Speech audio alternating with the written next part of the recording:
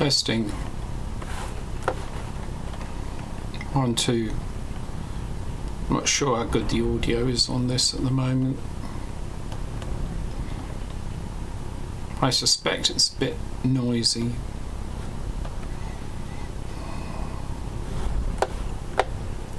I'm going to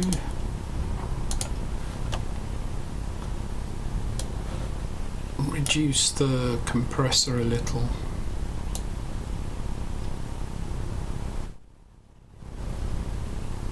Da da da da da da da da da da da.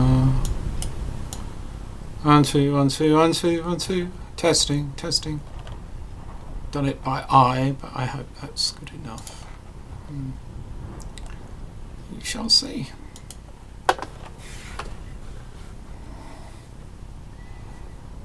All right. Okay. Oh, we have error messages. Garbage data, end of statement, line 139.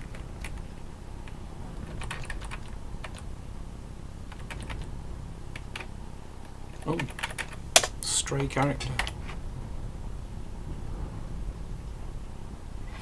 There's my 2 sprites, and there was a problem. I was trying to debug, which was a difference in behavior between the front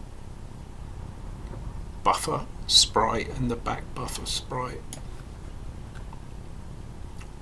So sprite all sprites, move sprites. To the jump. So it runs to here and it stops, and we can see here I am drawing the second sprite. Let me just remove that a minute. See what we get. We just get 1 sprite.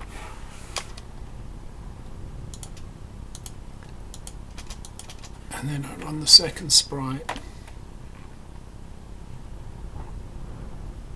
And it's shifted over. It's the 2 sprite drawing routines which work in buffers. 1 buffer at the front and 1 at the back, so to speak, and the back buffer is behaving incorrectly, and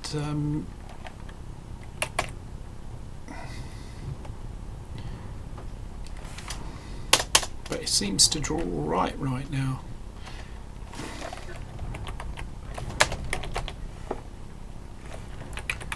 Oh, right, yes, because if you look at that, both of these are supposed to be drawn at 149 in the x-axis.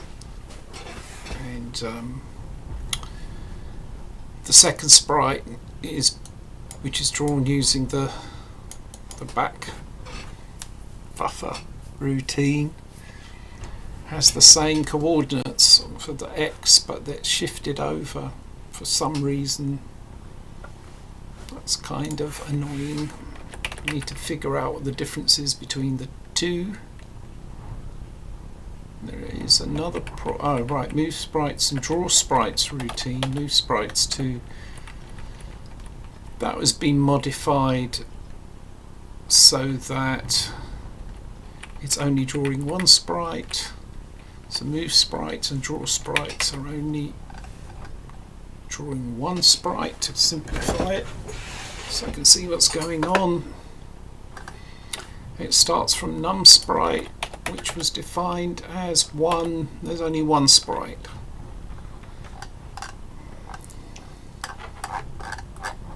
And yet we have this. So what I want to try is put this down to say 140 and this to 140. And I think the problem is the shift routine. No.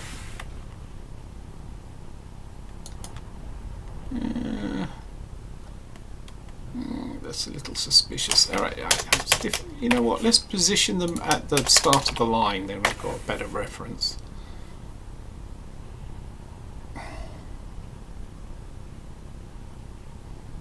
still offset. I did not expect that. And is this right at the... No, the first pixel is here.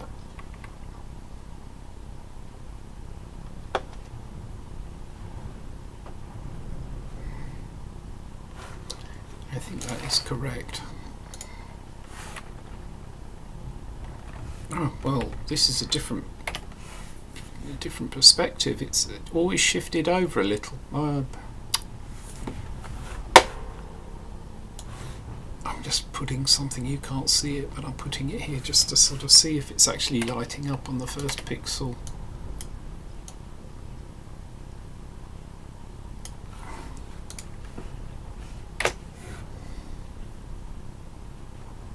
Yeah, it is on that one, but this one is shifted down, which is really odd. It should not be, or shifted across. It should not be shifted across.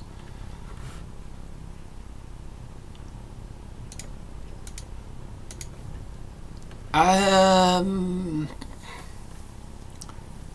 in fact, the only way that it could possibly be drawn a little bit off and not an entire byte over is if it got shifted.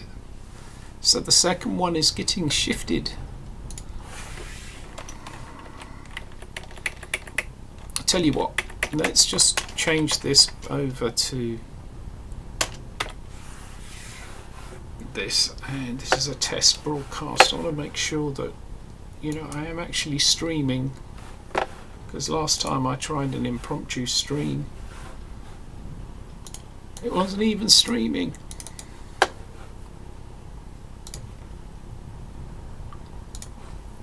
And that's always very annoying.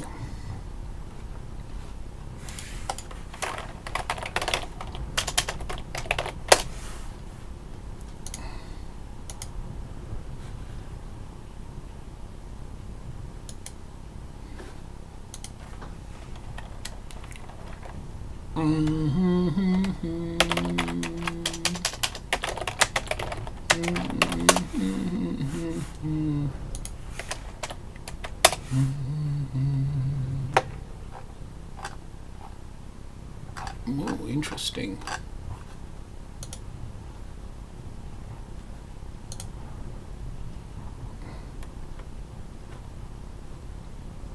No. No.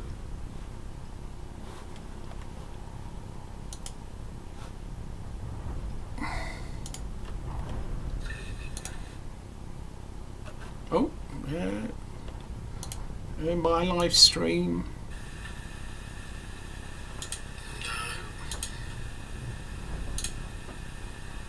No. Okay. It does seem to be working. Right, so what I want to try to understand here is why that second sprite is shifted over, which really shouldn't be. I'm just trying to draw both of the sprites with the oh, lovely. That is very oh, it's because I did an update. So I actually did move, and I moved it 2 pixels. Oh, I'm being a really idiot there. It's this update. I'm doing integration. I'm adding velocity to position 1 step. So, right. Oh. Yeah, and it shouldn't have mattered because I'm hardwiring the coordinates. So it wouldn't matter. It's still, it insists on draw. That's beginning to look like nothing I do is having any change at all. So let's just jump there, and then I should get nothing. No, correction, I should get 1 because it drew that first one here, and then it gets into an infinite loop. So Well, let's just stay with that for a minute and we'll test this out. At 0, 100, let me try putting it at 0, 0 and we'll see what happens. So right there, like test 0, 0.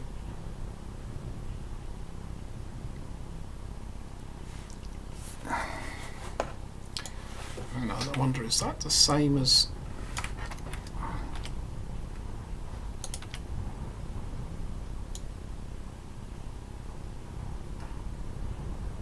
Oh, that is the first sprite.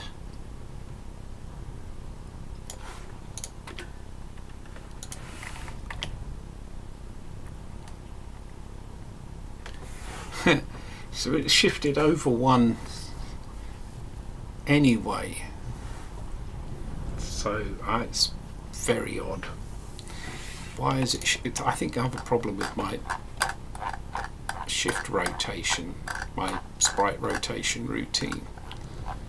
So that happens on shift sprite 2. I'm going to just comment those out.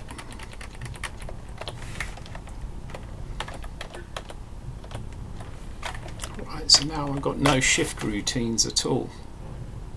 Aha!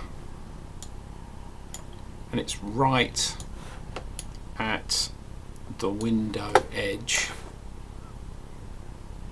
So there's no ambiguity there. You don't see the window edge on the...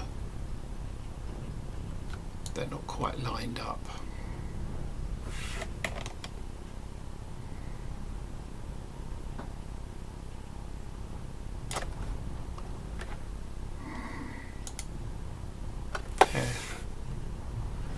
It should be on the top as well, so maybe if I just shift yeah,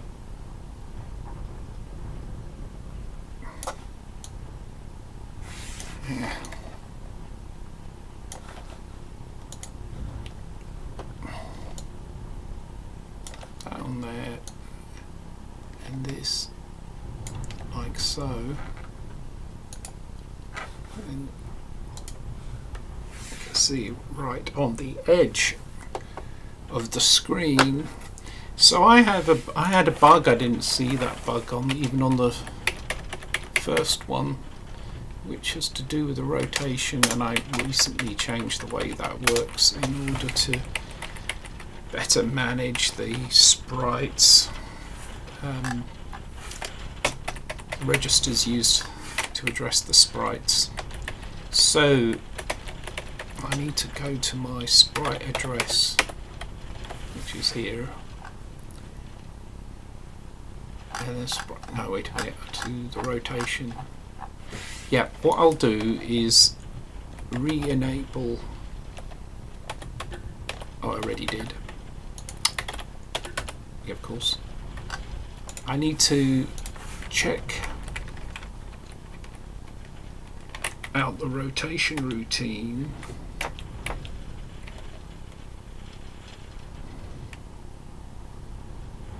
This one here, so that there was the shift right sprite left and shift sprite right. So because I don't have a debugger, I'm going to just comment out those two, make sure it behaves properly, which it does. And if I enable the shift right, we'll probably see it shift over. Yeah, it did. So the desired rotation is A. I can simply here do load A immediate 0 so that I am forcing it always to rotate to 0, which should be no rotation at all. And that is correct, which means when this was called, it was called with the wrong A, the wrong value of A. And I could test this out. If I do load it with 1, it should rotate. Yeah, that's moved over 1 pixel. Moved over 2 pixels. Let's move it over 7 pixels. So I think that is working fine. So the problem is that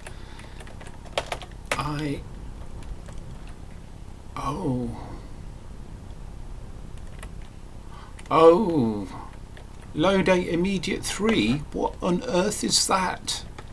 That looks like some debug code.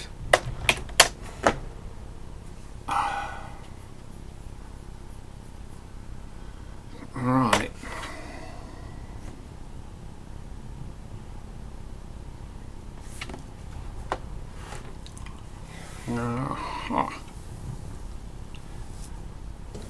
So let's. Now I've removed that piece of debug code. We can look at when it does the move sprite.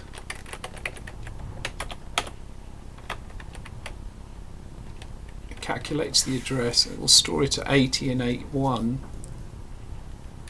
It's going to load the X coordinate, mask off the bottom 3 or mask on the bottom 3 bits to give the amount to shift, and it calls the shift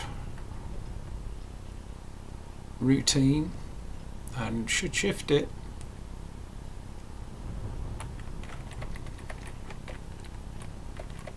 With the sprite defined in X and Y is the image. So that's the actual sprite data which is being shifted. Yeah, that seems correct. So, well, go back to my loop.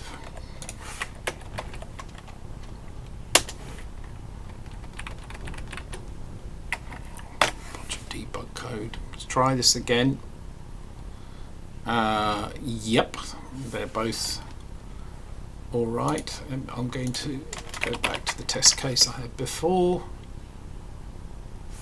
It was one. Actually, let's put this at 100, 100. There we go. And this one is going to also be 100, but 116. So it's plotted underneath.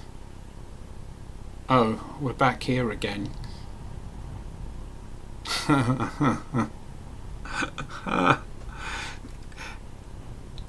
That's very odd, because I'd even hardwired it, didn't I? So what caused it to what the hell caused it to rotate? I'm shifting to 100. 100 is going to be 96 plus 4. I think when it draws the second sprite, instead of not rotating, it rotates it some more. Hello there, Zone 104. How you doing? I'm just doing a little test as I'm going to be streaming again. I've got a number of things I want to do. This is one of them. So this is ACORN ATOM. It was the first computer system that I ever proper computer system with a screen and a keyboard, other than the one that I built sort of adding on to the ACORN system one, I suppose. And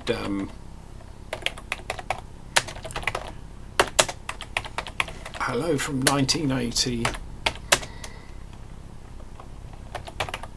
Go to 10, run.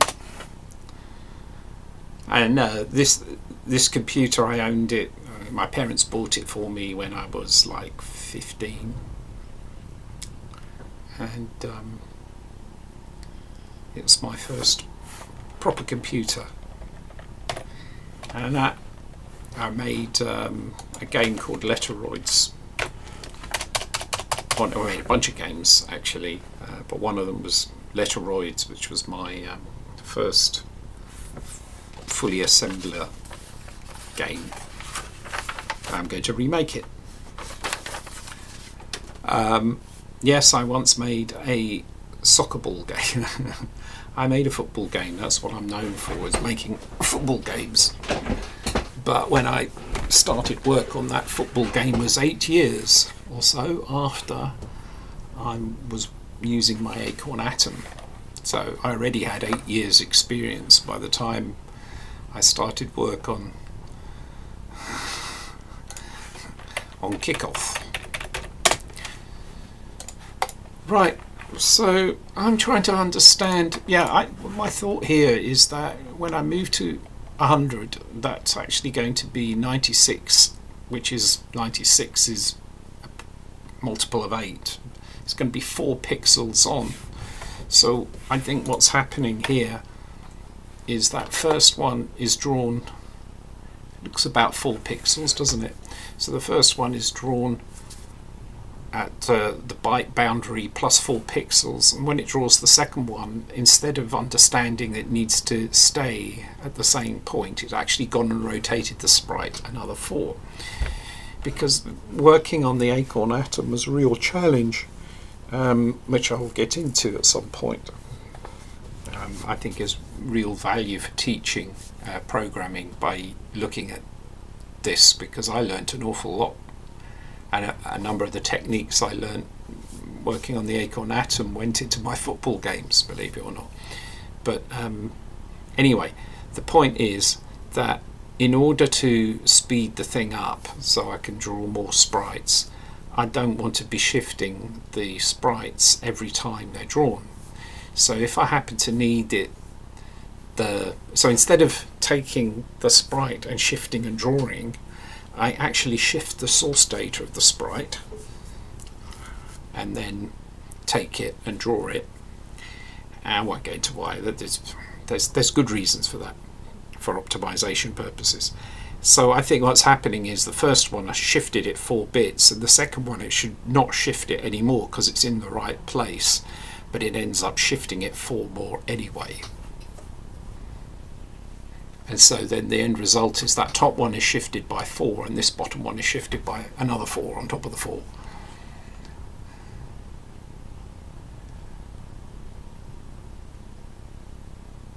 Yeah, that was a good few years ago. That would be when I was doing Kick-Off Revival, which, you know, did get released in the end. But it fell into a vat of toxicity.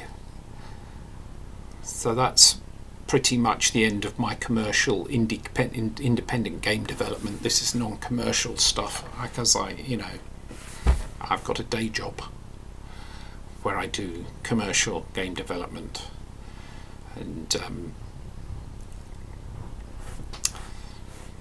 this is a hobby. But it's interesting. I'm very interested in going back and looking at the first programs that I wrote and challenges I had to do and what I learned from them. Like I said, I think other people can learn from it too, but we'll see. Anyway, that's what I think is going on here. There's 2 rotations. So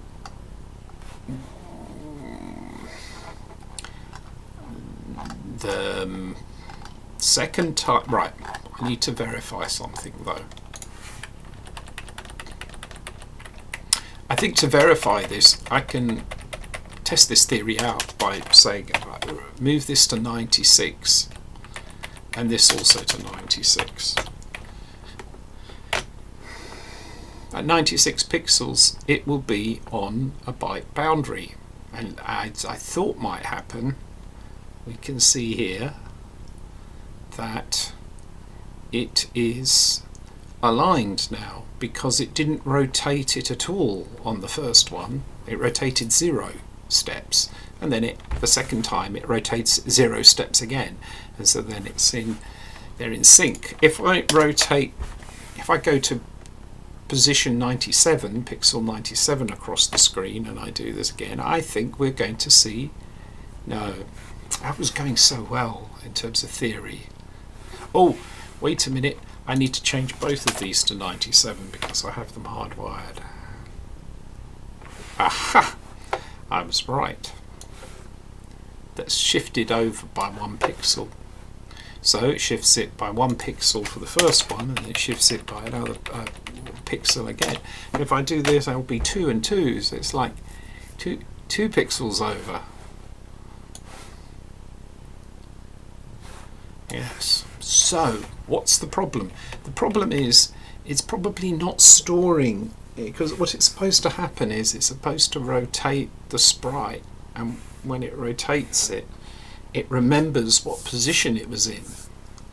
So basically the source sprite, it goes, I need to draw it shifted, say 3 pixels. So it goes 2, 3, because it knows it was at 0, so it shifts 3, 1, 2, 3, and then it remembers it's at 3. If I then need 3 again, I don't need to shift it, because it's already at 3.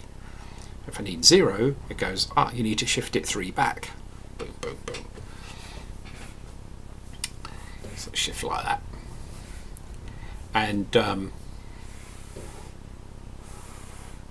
I think it's not storing, it's not remembering where it shifted it to. So when it comes the second time, it says shift to 3.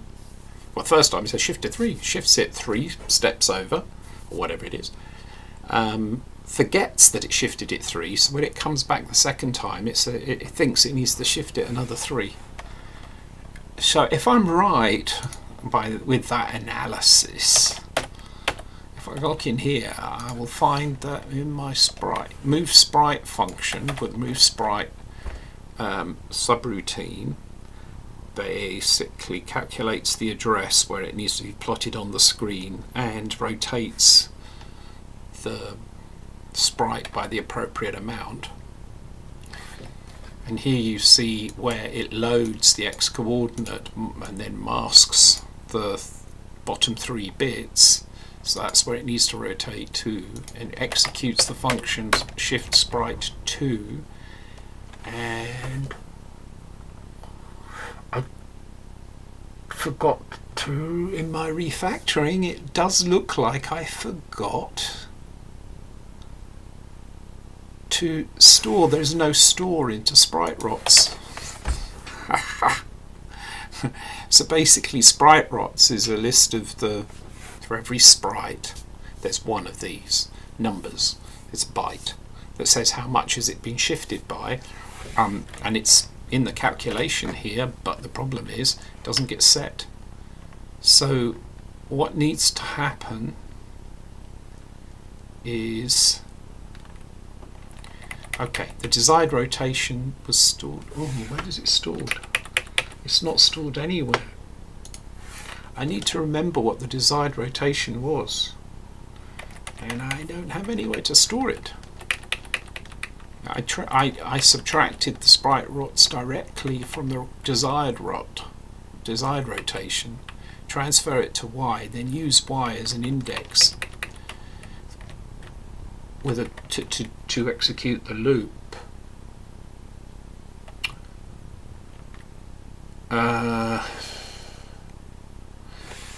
Okay, I think there's a precious 0-page memory. Oh, there's precious 0-page memory. I'm going to use another one on there. Save the rot, and I need to then write the rot. So when I get to the end, I did the restore the x, restore y, because I wanted this function to subroutine to preserve the x and y registers, but it also needs to restore. That's probably might be a better, more efficient way, but anyway, I restore a as well, and then it restores all of them, but it's going to store that a back into sprite rots, for which I need the y. Oh,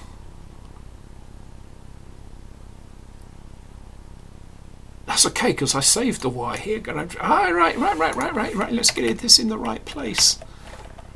Yeah, that works. I load the y. So I've restored the y. Once I've restored the y, I can access the appropriate sprite rot. So there we go. Assembler programming, I haven't done very much in the past 30 years. Is it 30 years? It's not so bad. I like it. It's one of those things that people look at this and go, oh my word, I don't understand what this is, but it's just like learning any programming language. But I did an analysis once of the number of things you need to think of when looking at a piece of C code. Just a simple loop, some code like this. And it was 50 things, even on a fairly simple piece of code with for loop. Each of the syntactical elements of the thing, you know, like an open brace and a closed brace, and people don't think about that, but then you have to parse that when you're reading code. Is open brace and closed brace, the if statement, the open parenthesis, the expression inside the if statement, that, you know, if there's an else, the expression in the else, and so on. And I added up how many of these, let's say, considerations that a programmer would have when parsing the code, and it came out at around 50, which then I argue is like 50 lines of assembler. The actual cognitive load is not actually any more on assembler, really, or assembly programming, not really. It's really weird, because there's something else as well. I was finding that I've been working on this for a little bit, but what I found was is I would do things in assembly and they just work. And I'm thinking, well, when I'm working in C and C++, my word, the number of times I have compilation errors, and I'm working on code base, it's like sometimes, you know, on a bad day, it's like, oh my word, oh gosh, if there's another error, I think I'll scream. And yet here I'm programming in assembly, and you'd think that that would be more. But no, it isn't. There's less. More things work first time. It's freaky.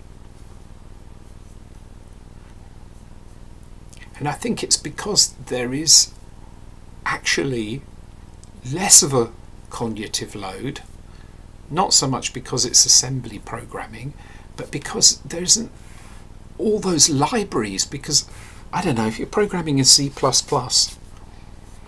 especially in a big code base, so it's not really a fair comparison, but you're working in a big code base, and it just seems like it's so easy to have forgotten to do this or set that. You didn't put your header, you've got a mismatch between your header definition of a function and then the one that you have in the file, or you didn't put the right class name in the definition in the CPP, and then you get your linker error, and it's just like, it's just never ending, this thing. It's like, oh. So maybe people shouldn't just assume. Maybe it's actually healthy to go back sometimes and look at where we were 30, 40 years ago. That's the thing I'm saying. Things aren't easier to program. You'd think they would be, but it depends what you mean by easy to program. That's what I'm saying, is it's complicated. The other thing that's interesting is that when I'm working on the ACORN Atom, you know, I'm actually I'm just demonstrating. I'm literally typing into an emulator of an ACORN Atom, right? The thing is that to write assembly here, there is an assembler that's built in to the ACORN Atom, but you can't really make the comparison with what it was like when you were working on this 40 years ago, because tape, look, I'm going to load something from tape. Where's my, does it load from tape? No, actually, if I do, what's it, StarCat. So I'm going to list what's on tape, although it's not real tape, and the keyboard's all weird. You see how quick that was? That operation would have taken several minutes, depending on how much was on the tape. Could even take like half an hour, because there's no tape. You put the cassette in. This, you know, and sort of like saving and loading took a long time, and I'm not showing that right here. I'm cheating. I've got an editor to edit my code, and I've set up a thing so that it works. All of the problem with the cassette tapes, and that's all been removed. But the game that I wrote, that I want to rewrite, I wrote that way with cassette. It took me 2 weeks, but that's the weird thing. It took me 2 weeks. Okay, it was probably me working on nothing else. I probably did it during the summer holiday. 2 weeks full time, all hours of the day and night. But still, it was just 2 weeks, a complete game in assembly.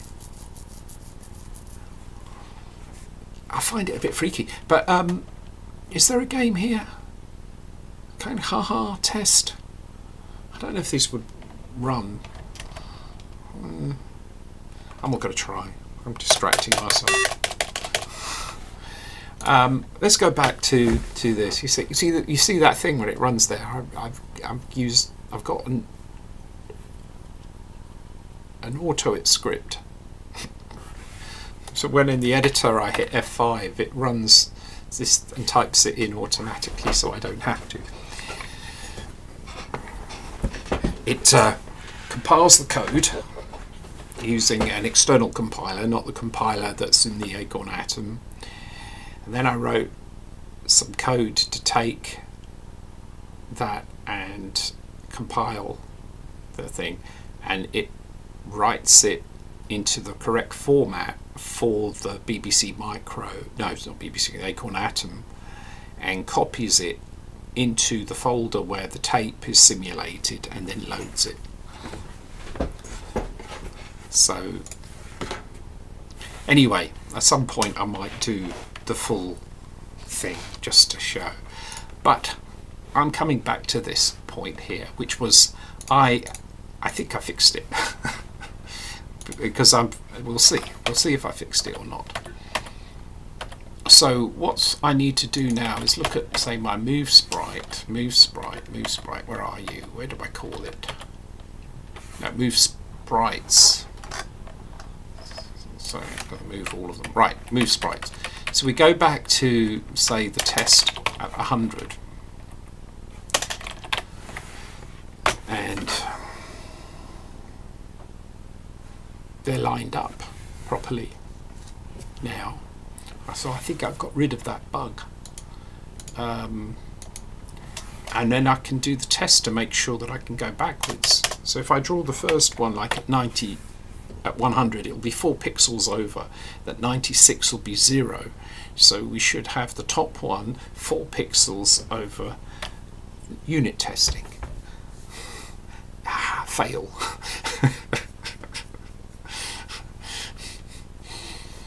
Fail. Let's go and put this at 0 and this at 0. We'll see if we can get this to work. So they're both at 0, which is great. So the first one is going to be 4 pixels over. It isn't. It did not. So maybe I've got something that's weird. So there's something. It's got another problem in here. One of the things that's tricky here, that is complicated, is what I'm trying to do. It's virtually like building a graphics driver. And that's because I'm trying to be as efficient as possible, which is necessary when your CPU is 1 megahertz and you have only a very limited time to draw in without getting snow on the screen. So unfortunately, at this point, Yeah, maybe it would be easier if it was C, but if it was C, it wouldn't even fit into the damn Atom. I mean, it's got 6K of RAM. 6K.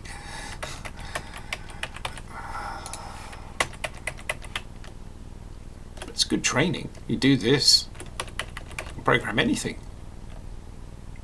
Why doesn't it work?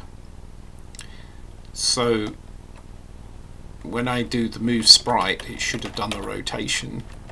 I'm just checking I don't have any hardwired value in there anymore. I am calling the shift sprite 2, and I don't have anything commented out.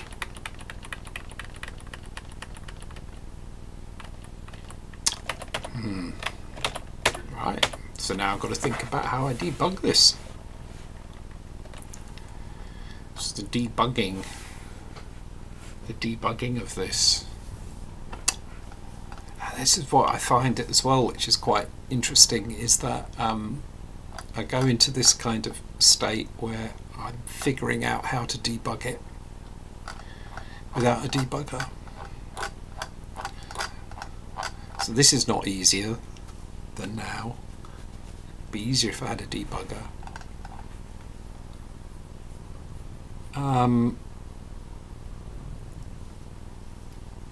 So you see this one here, it doesn't move. I'm just going to put a jump in here. Well, you know what, I could do jump halt, because I think I made something called halt. It just does that, right? So I like doing that because it just stops the code at a certain point, and it's like clear, this is wrong. This sprite should be 4 pixels over. So let's do a verification of what happens if I plot it 8 pixels over. Okay, so that's good. It is shifted over by 1 byte. So quite clearly it's a straightforward problem here. There was no rotation of my sprite, which should have been rotated 4 pixels. Really weird that that doesn't happen anymore. The particular routine is bytes 1, so it's the front buffer, and we'll look at that, and we can see that it does the move sprite routine, which takes x. It depends on the value of x, and I've already seen that x has to be 0, so that's correct.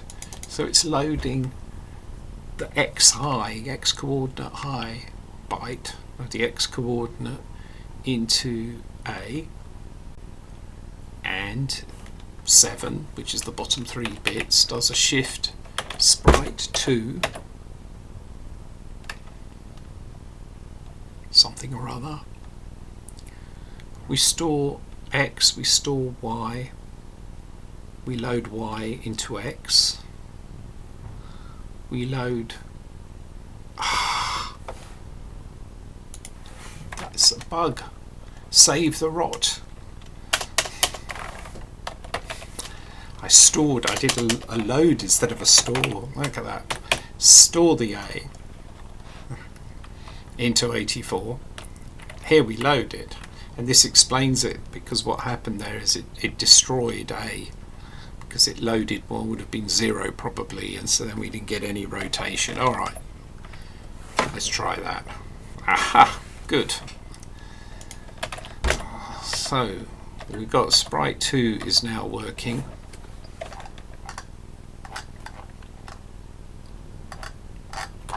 Let's go and look at the whole thing here again. We jump to the halt. This update is irrelevant because I'm hardwiring this for testing purposes. The second one is say full as well. So I'm going to see two things drawn, one on top of the other. They're both aligned the same. I'm going to draw the second one 7 pixels across. That looks good. Now I'm going to draw both of them 7 pixels across. Okay, that's worked. The second one is going to be drawn 0 pixels across, so the sprite for the first one will need to shift 7 pixels over one way, and then it's going to, for the second one, it's got a stress test. It's like it's going to go, I need 0 at 7, and it's going to have to shift it 7 times, and that's why I'm doing all of this nonsense, because the longer, the more that bits you have to shift, the slower the thing is. Right, so minimize the amount of shifting that's required. Well, let's see if this works or not. Oh, that's looking good. I think I've debugged it. Now I need to pull off all of my I need to trim my moustache. It's tickling my nose. So okay, we load this hardwired thing. I don't need it because I think I already set what the position would be. Let's try this. If I'm right, if everything works here, it will draw the sprite, move the sprite, and draw the sprite again. We should end up with 2 sprites overlapping, but because they're being drawn with exclusive OR, they will cancel each other out. That's exactly what we have. But I'm just going to check how I wired that up, or put the data that I put in here, not sprite data. I want this. So that's at 100, 100, and I've got no vertical velocity, so it was actually shifting over. I'm going to try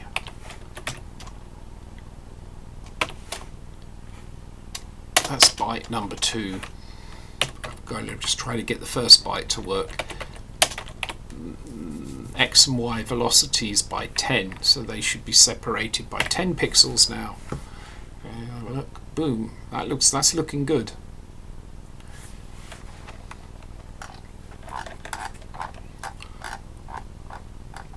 So this is it. It's like you do a change, you test, and test on every change.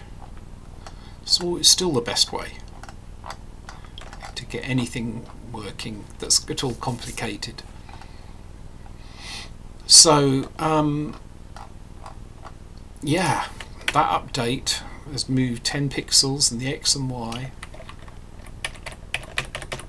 because that's the velocity of this sprite, and so we're looking good with that. I now want to check that I can do this with the second sprite buffer. And why are there 2 sprite buffers? Because I need to clear the sprite and draw the sprite in as short a time period as possible, because I have only got the time from the beam of the TV at the bottom of the screen. After it stops drawing, there's a vertical blank period. There's some extra lines which are not drawing anything, and then the beam goes back up to the top, and there's a bit at the top too, and then when it reaches the V sync, that's when it starts. Well, the V sync's at the bottom actually, and after a short delay it starts drawing, and it starts displaying the data out of the VRAM, because the ACORN Atom has VRAM, has video RAM. So 6K, up to 6K of video RAM, and that video RAM is shared between the video circuitry and the CPU, and if the CPU accesses the video circuitry while the video circuitry is trying to draw, you get snow on the screen. So what I'm doing is having 2 buffers, one for clearing the previous sprite and then the second one for drawing the previous sprite, all ready with everything that can be pre-calculated, because then that can be calculated during all the other rest of the time in the loop, and then in the v blank period it actually does the copying. So to do this as efficiently as possible, I want to not have any rotation happening during that period. So I'm doing all of that beforehand, so I have 2 buffers for drawing. That's what we have here. And so I've just tested that with the second one. This is Move Sprite 2, and I'd expect to see it being drawn. So in this case, I drew it in the first buffer, using the first buffer. Then I drew it using the second buffer. Second buffer having been moved from the first. Now here's where it gets clever. I have a function here called draw sprites all, but before I do that,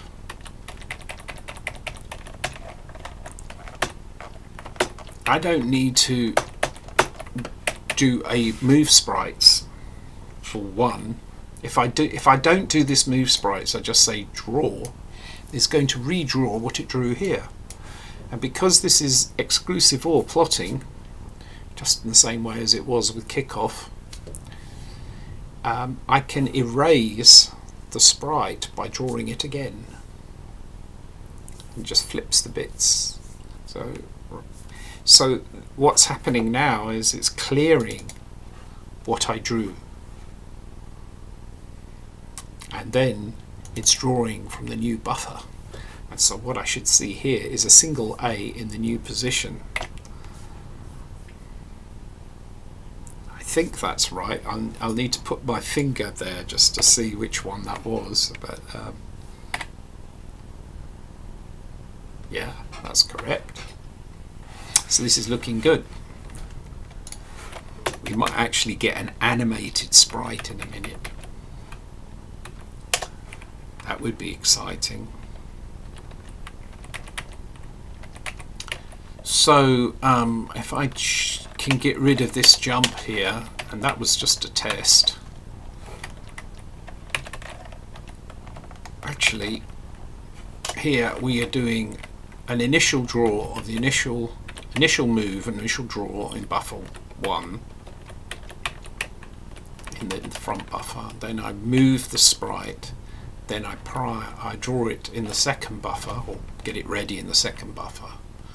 And I'm going to have a VSync where it can just display whatever. No, it waits until the vertical blank, and then we do the draw. And I draw the new and erase the old. So that's drawing both of the buffers. And then I'm going to do jump halt.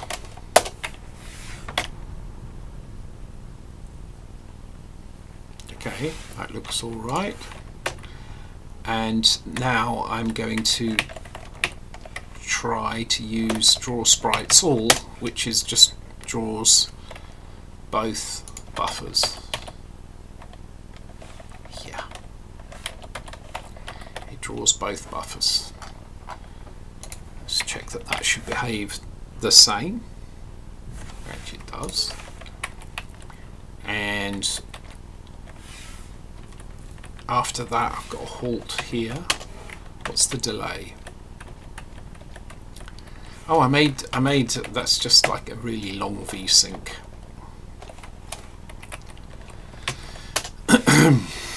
That's debugging stuff.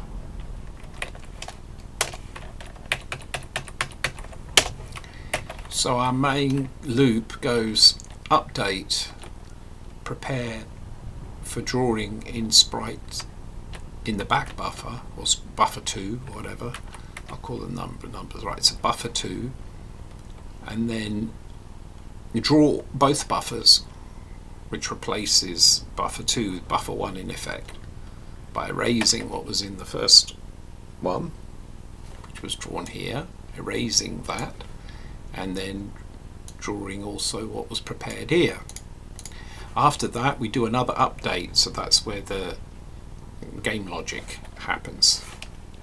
And after the update we then need to move the sprites for the front buffer, for the buffer 1. Then we have a VSync to wait until the next vertical blank, and we draw sprites all, and then we jump back. All being well, this should animate. Oh. That's moving pretty fast, isn't it? That's moving at 10 pixels per frame.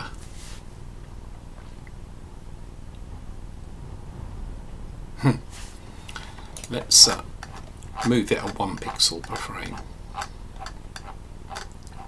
It's looking good though. Yeah, 1 pixel per frame.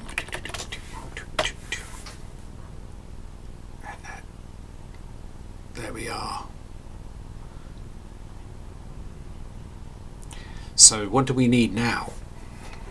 Oh, I've got 1 pixel per frame, movement of 1 sprite.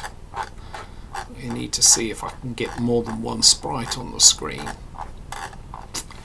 Now we should be in theory good to go with that, but there are some other points that could break, and I have some debug comment out on here. So I think actually a good thing to start with is getting rid of these commented out comments here. This is to enable multiple sprites to work, but since I only have 1 sprite, this should not change anything. I just put those there to reduce the number of variables, number of things to check for. There's a bit of a jitter. I'm not sure. I think that's the emulator though.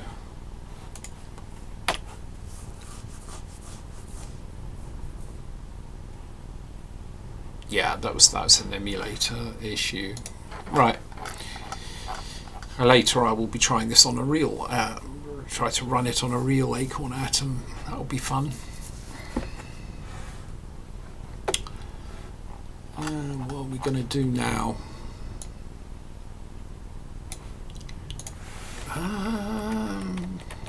A second sprite at 132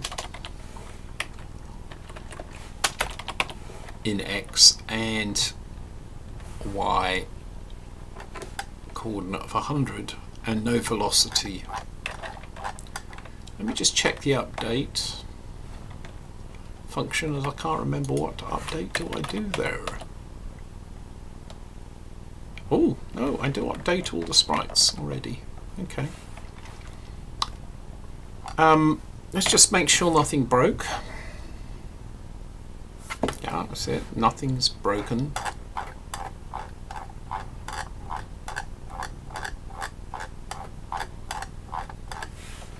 I'm going to try 2 sprites.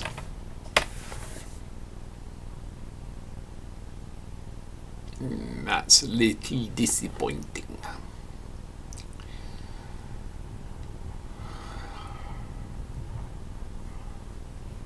Yeah, that's definitely a little bit disappointing.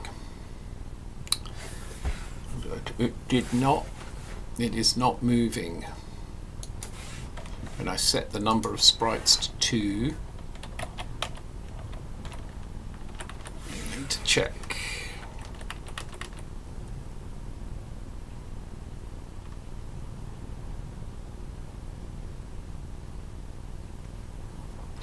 That should do. You load X with the number of sprites -1. If it's 2, that is 1. It's going to do it for 1 and 0. Decrement X, branch if plus, back up to here. Oh, draw sprites all. I missed one. And it will have drawn the first one, and the first one, because it draws them backwards, would be the one that doesn't move. So that's still, we're in good, that still made sense.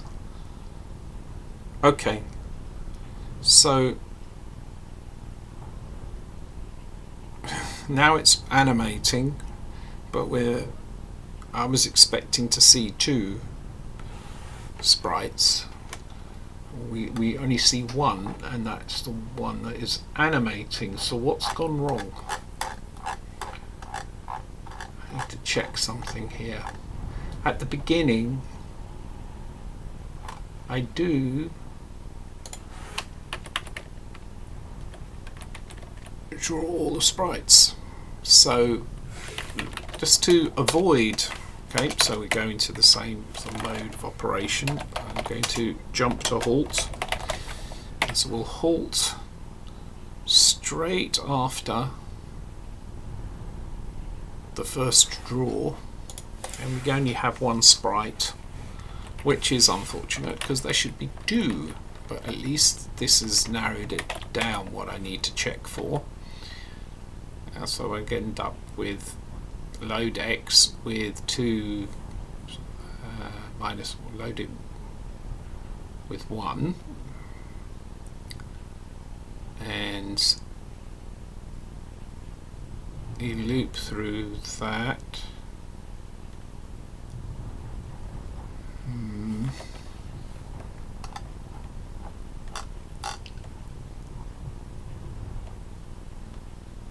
Okay, let's check the coordinates of the sprites, because that can be a bit. The first sprite. Alright, to know which sprite it is that I have here, the second sprite I'm going to draw at 0, 0, because I don't know which sprite is not being drawn. So one sprite's at 100, 100, and the other sprite's at 0, 0. So that's right. So it's the 0, 0 sprite is not being drawn. So I must have a bug in my. This is working for one sprite, but two sprites currently not. And to debug, I just need to see that it's these two, move sprites 1 and draw sprites 1, are enough to debug here, because yeah, that decrement X branch of plus and move sprites 1, decrement X branch of plus to move sprites. I haven't got any badly named labels here. I'm not jumping to another function, so that's fine.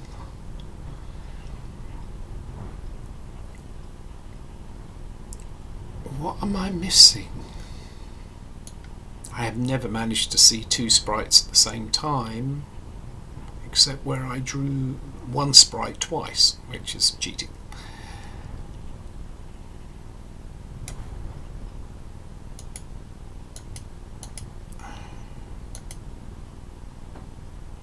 Okay, I'm going to try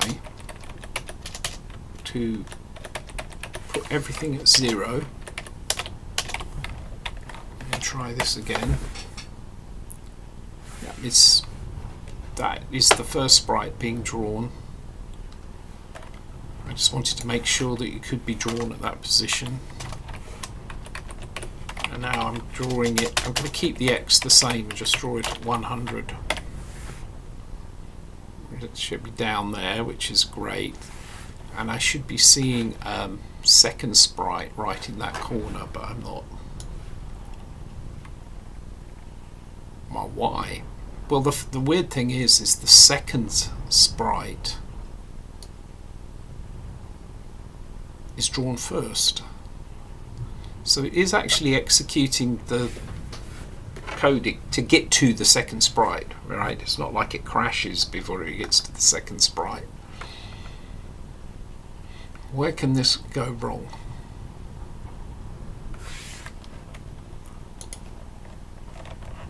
Could be to do with Y.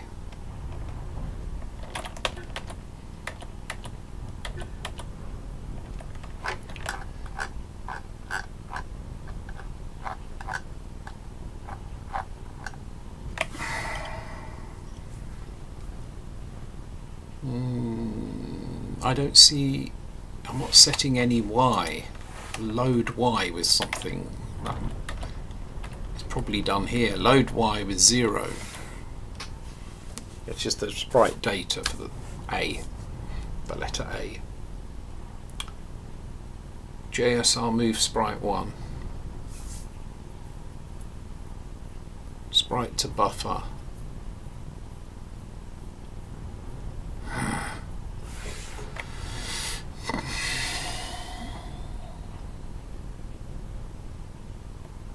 This is interesting.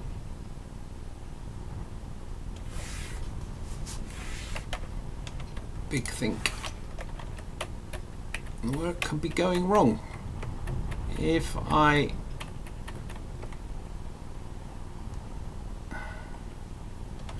going to have to look through the code. Right, move sprite 1. X. Y is the 0, meaning the letter A. X is the actual sprite to be moved on the screen. If X is 0, it's the first sprite. We load sprite XH.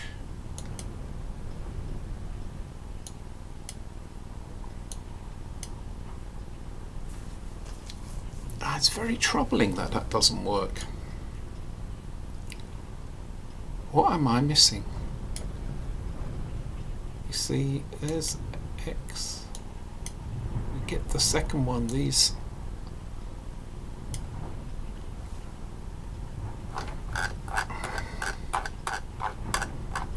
There must be a...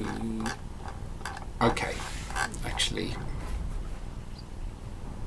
I think way I can debug that. I'm going to have to put in some hard wiring again to debug this. Yes, no, there's something else I can do. The problem I have is that it's not drawing sprite 1. It draws sprite 0, but it's not drawing sprite number 1, and it draws them backwards because it makes the loop easier. But if I get rid of those branch of plus here, it means that it will only execute these loops once, and that once will be for the second sprite. So then I can remove any complexity that might occur from the first sprite, from the loop I mean. And if I change this to 1, I think we will get a sprite. We do. So what's interesting then is we get a sprite, but if I change the value of X, change the sprite number to 1, we don't get anything. That actually shouldn't happen, because X is maintained as the index of the actual logical sprite on the screen. Y is going to be which actual sprite image. I think I have somewhere is some old code that I didn't finish the refactoring, and it was originally using X for both, which was very inconvenient. So now it's using Y for the image and X for the actual logical sprite, and that it's got to be a typo. So here, when I call move sprite, X is 1 and Y is 0. Let's see what this does. X is 1 because that's the logical sprite. Y is 0. Sprite address does the calculation to figure out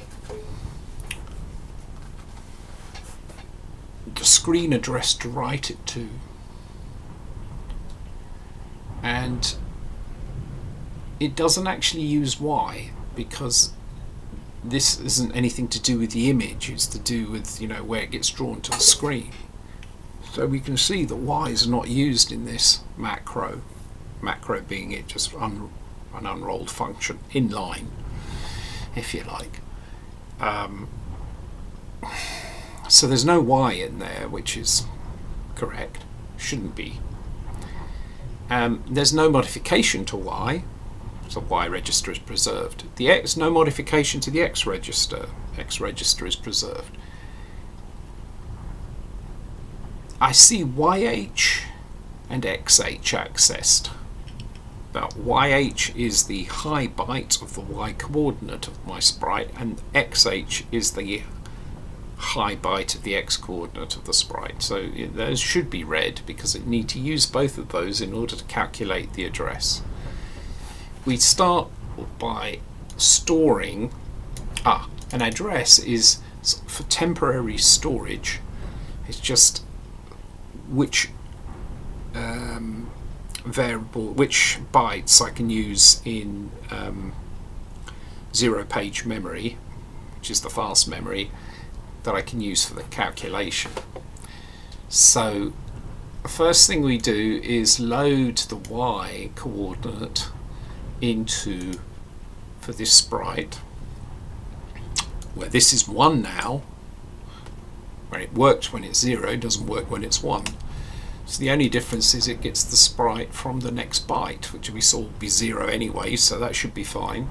And here we store this in the first byte of my temporary variable. So what I've got is the y coordinate. Then I load a with 0, and I store it to the next address, which is the high byte. And what I'm doing is I've got then 2 bytes, because this is the address of the byte in video memory, and they're next to each other because we need to do some math, and math is not, there's a bit of a challenge for a 6502. In this case I need to multiply it by 32. I wish there was an easier way.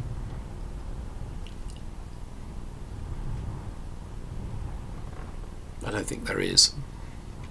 So to multiply by 32, I've got to shift it 5 bits, and that's what all this is. So first of all, I put the coordinate, y coordinate, in the low byte of the address. The high byte I've set to 0. That's the low byte, that's the high byte. And then I do arithmetic shift left of the low byte, where the bit, top bit, gets shifted into the carry flag, and then I do a roll on the high byte, which then shifts the carry in. So this way I've done a 16-bit shift, and I have to do that 16-bit shift 5 times. I know this works, but I'm just going over it anyway. There, 5. These are monster instructions of the 6502. The 6502 had a limited instruction set, but this particular instruction is just, that's amazing for this relatively simple CPU. It's what that is doing is taking. Hang on. Didn't realise that my thing was clipping. So what? Yeah. And it just clipped again. One moment, let me fix that. Filters. I need to. How about that? Is that a bit better? Yeah. So what I have to do. Oh yeah, I was saying about this monster instruction, because what it's got the opcode followed by 2 bytes. It takes those 2 bytes and uses it as a 16-bit address. And then reads that value at that address, performs the shift, and then rewrites it back out into memory. It's a lot going on there, and they could have not done that, in which case you'd be loading it into the accumulator and then doing the shift and then saving it from the accumulator. So you could do it that way, well, it'll be slower. So I don't know any faster way of doing it than that. So that is multiplying the number by 32, and then on that multiplied I load the top address and I set the top bit, and that's because the video memory is at 8,000, and so that's a bit like adding, because it was at 0, right? But I just set the bit and it's the same thing. Quicker than doing an add, because with the add I need to clear the carry flag, because there is no add without carry, there's only add with carry. Anyway, so I OR it with that, and then I store it. Ooh.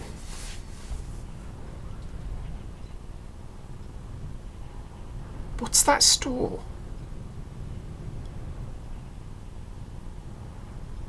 That I don't understand. What am I missing there? Store it to the out plus 16. That looks wrong. The macro, that looks like old code.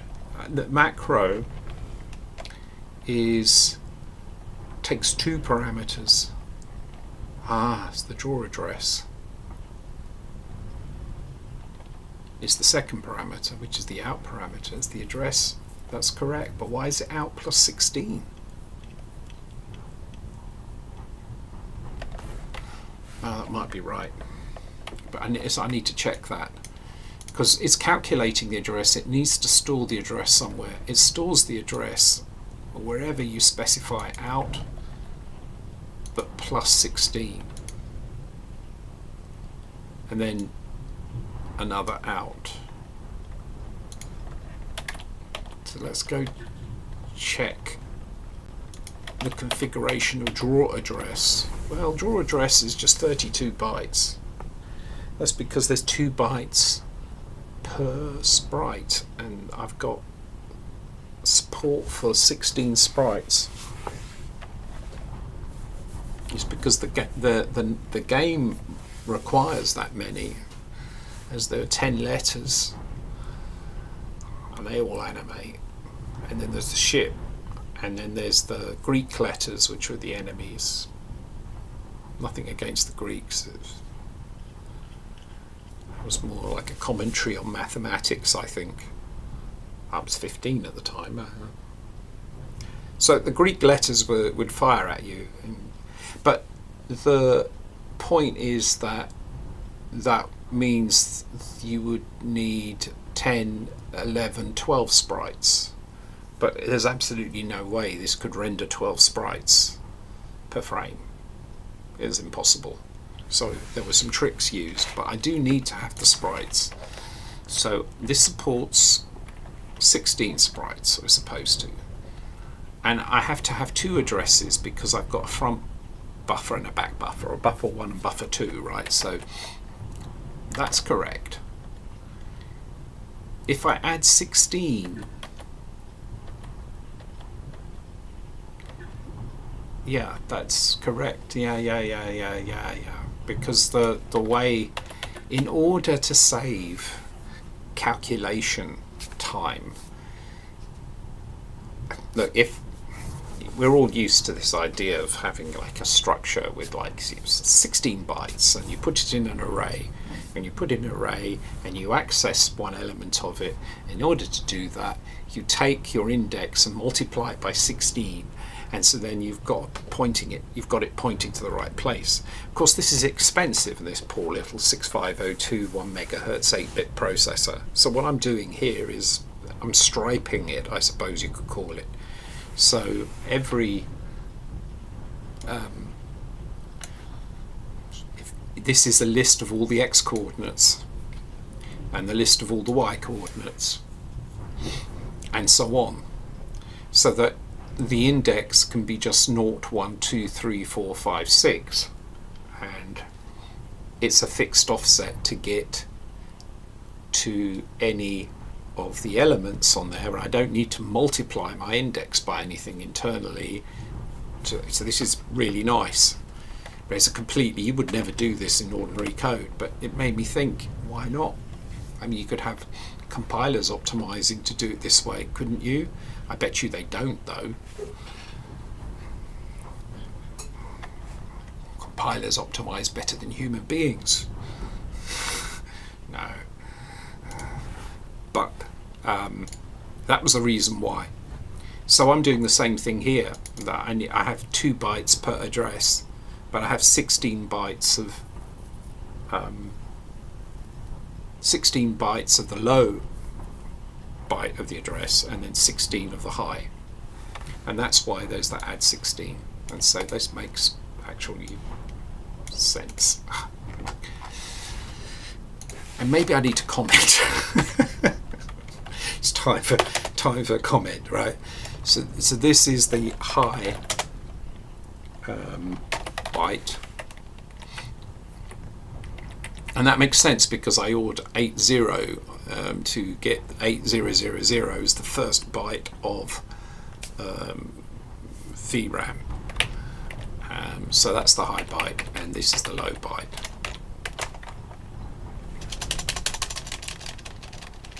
This is the low byte. Now that's why there's 16 offset, because I support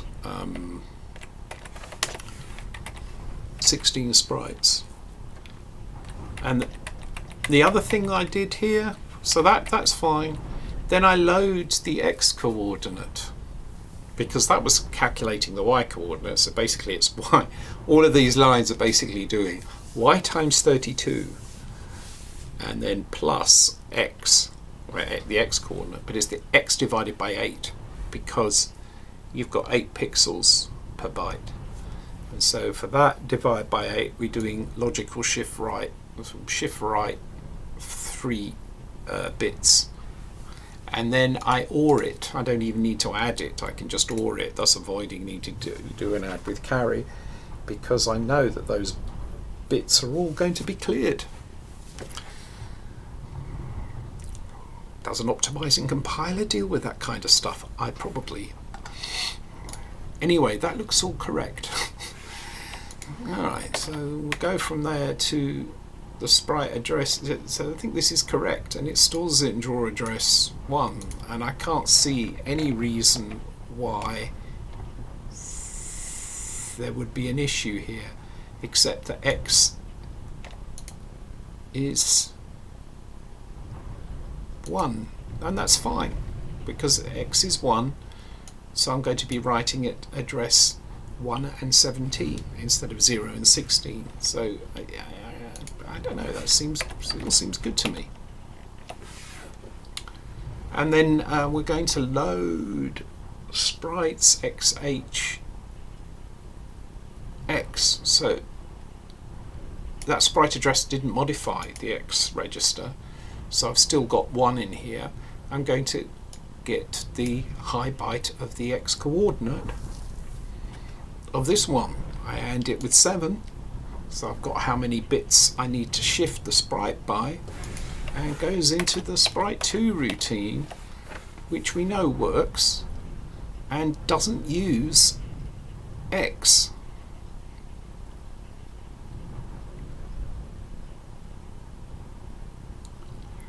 It actually doesn't use, I don't think it uses x at all, because it does use x. No, it doesn't. It doesn't use x at all. It shifts the thing backwards and forwards. It's not shifting the instance of the sprite, it's actually shifting the sprite data, and that depends on y, which you can see it gets from the sprite rots. And then it stores. That was the bug I had, it wasn't storing this before. So x is not used anywhere in here. I'm just going to confirm that that is the case. Oh. Well, let me rephrase that.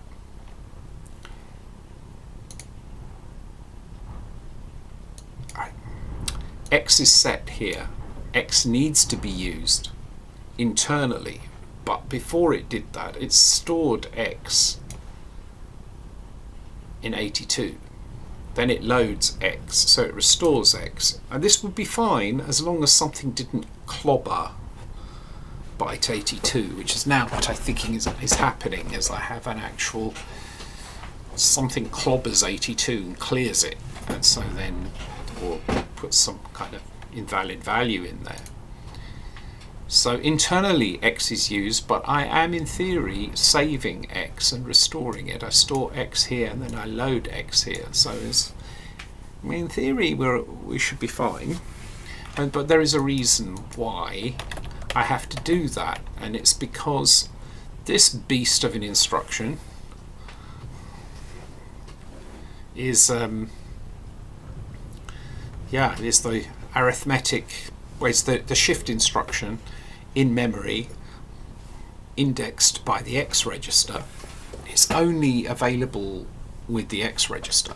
It's not available with the Y register. So this was input as Y earlier, but it gets turned into X here. And I know these shifts work. So those are all fine. And there isn't anything clobbering though. There's nothing. No. X doesn't get clobbered. Store X82, load X82, store Y83, load Y83, load X83 from the store Y83, so that X becomes set to what Y was. Store A in 84. Here we load X82, load Y83, load A84, and we also store A on the sprite rot, so we're actually storing the rotation that we required for the sprite back in the thing that remembers how many bits over the sprite is currently. I can't see anything wrong with that. And that completes my review of Smooth Sprite 1.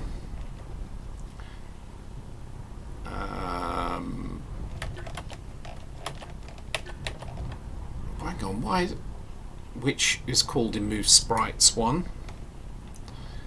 For each one of these, I'm calling it with Y of 0 and X of 1.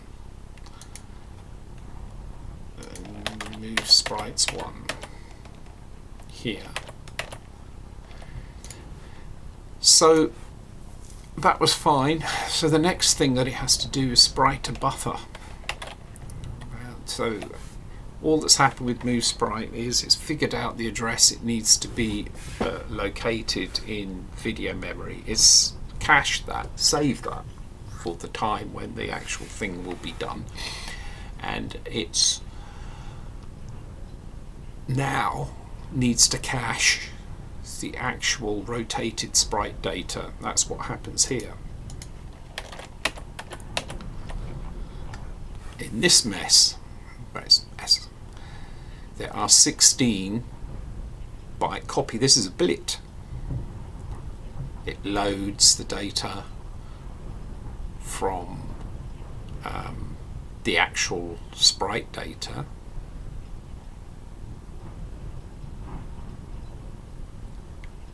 and it's the wrong way around. If I look at the comment, it's the wrong way around. X, in my definition of, I don't know if that could be it. When everything is 0, if they're swapped, you're not going to notice, are you? It could well be that. But Y is supposed to be the sprite data, and X is supposed to be the instance. So when I do sprite to buffer, it says here sprite buffer. The comment doesn't make sense, and in fact it should be X is the sprite, but is the data. Yeah, it's sprite data. Maybe it's right then. Maybe I need to. I need terminology. Sprite instance and sprite data. Okay, let's see if that makes. Well, no, because I'm loading. See where I'm loading from? I should be loading it from the sprite data and storing it in the buffer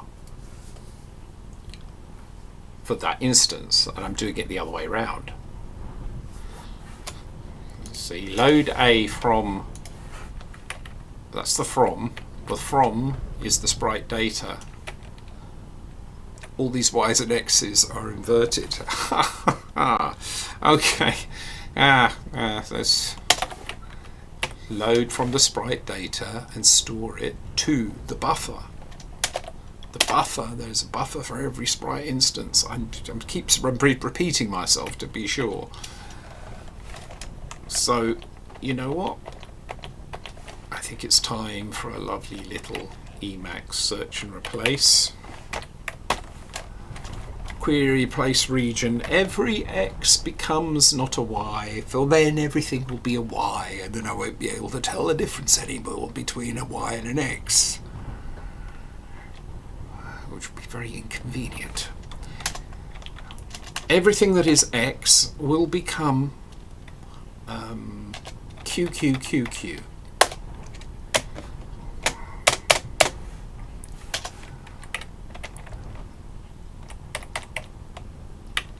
Everything that is a Y shall become an X.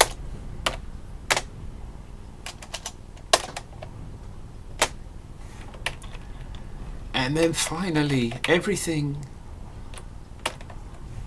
that is QQQQ will become Y. Okay. Load from the sprite data to the sprite. I think I have it. We shall see. I don't know now whether that's right or wrong because I can't remember what the state was of the tests. So I need to go back to the loop and check this. What are we doing? We are basically drawing, moving sprite and drawing. We're just doing it once.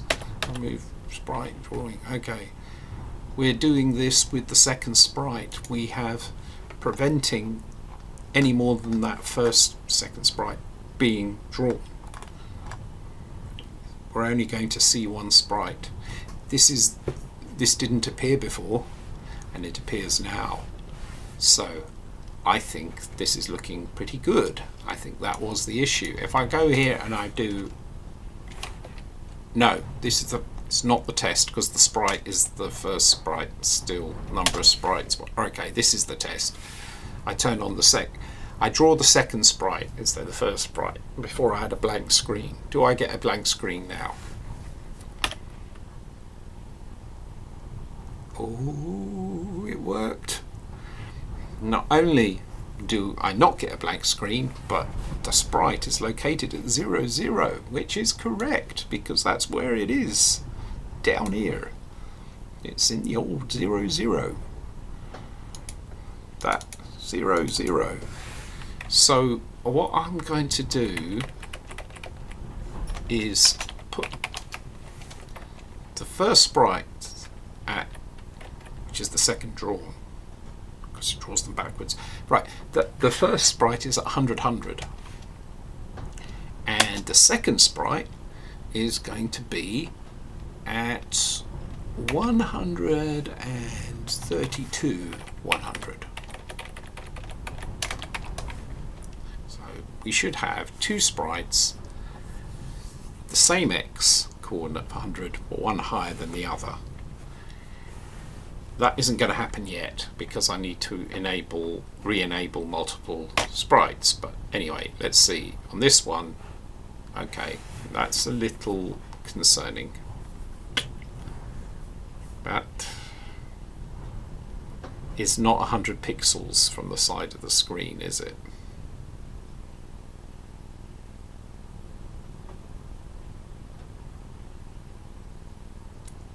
It's 132 pixels. Sorry, wait a minute. One moment. 100, 100. No, that's wrong. So we have another bug, I think. So the address looks wrong. And if I try drawing the first sprite, that's where it should appear. So I think I have another bug. That's where the first sprite. Let's look at the location. That's 100, 100 for the first sprite. The second sprite should also be 100, 100. If I draw the second sprite, we don't have it in the right place. Aye.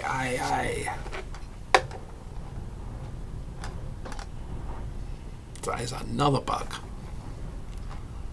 Where is that one?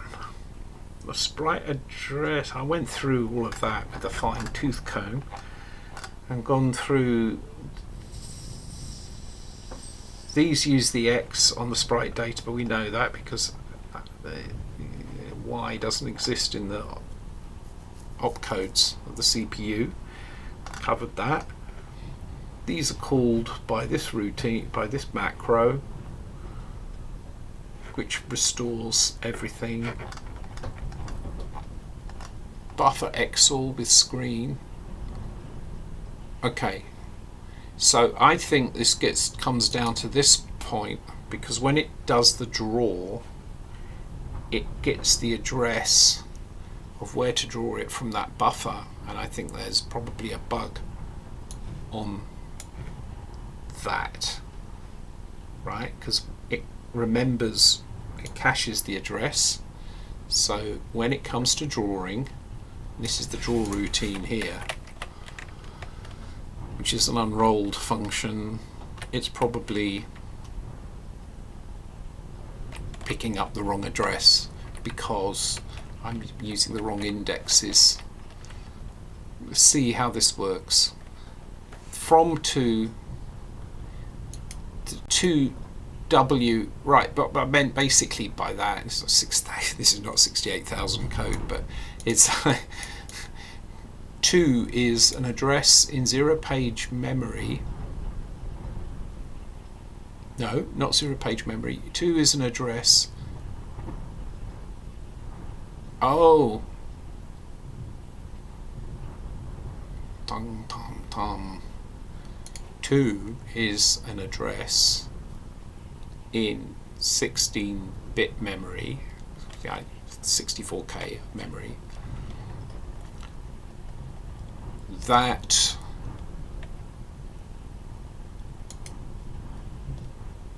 has the screen address, and what I want to do is load that, and to load it I need to use this, which is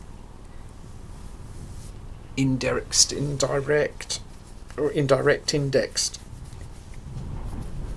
It's indirect indexed. That's the Y one. There are two. This is a complex operation.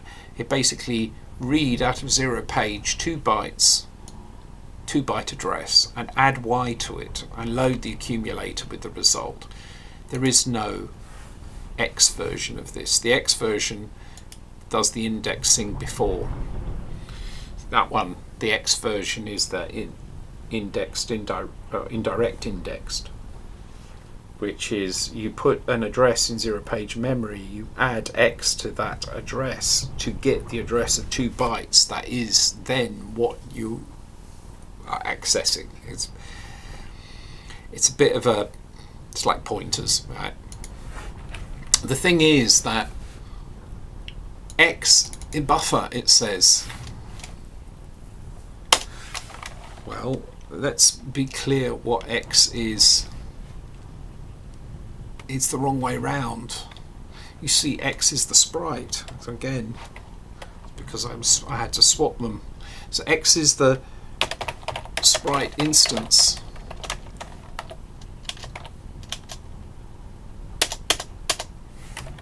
Right? So if X is the sprite instance, what am I? This is wrong. You see? This should be X.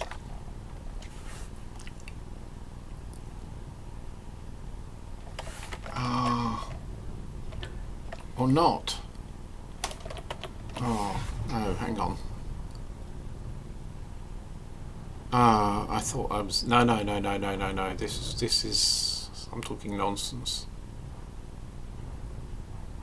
No, was fine. Shame, because I thought I'd caught the bug. No. I'm going to go through this with a fine tooth comb. Clear the carry flag. Why? Why do I clear the carry flag? There must be a reason. Oh, this add with carry. That's a lot of relying on the carry flag still being clear. That's a bit suspicious. Premature optimization is the root and all that. Look.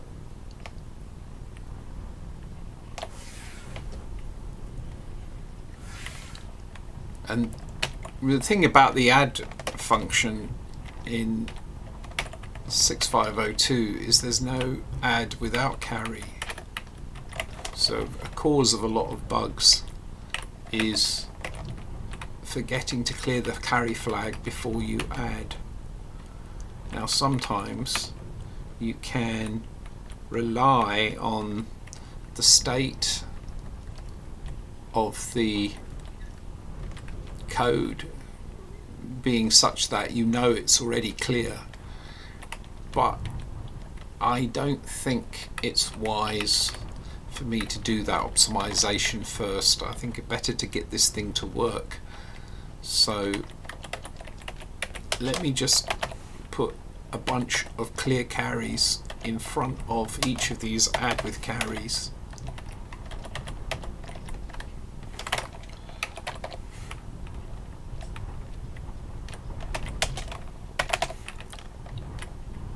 It's probably not it. I probably went through and decided that in fact there was no need for these, but I'm putting them in anyway. Let's see how we're doing. This is quite a chain here. Add with carry, add with carry, add with carry, add with carry, add with carry, add with carry, add with carry. Oh, I'm missing there. We don't really need that at the end. What's that for?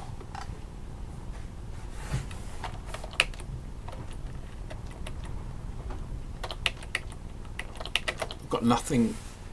Yeah, that's a kind of unnecessary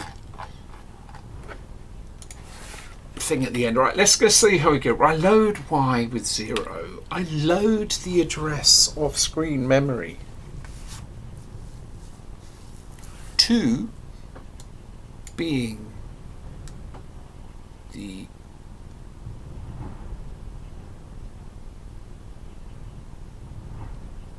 wait a minute.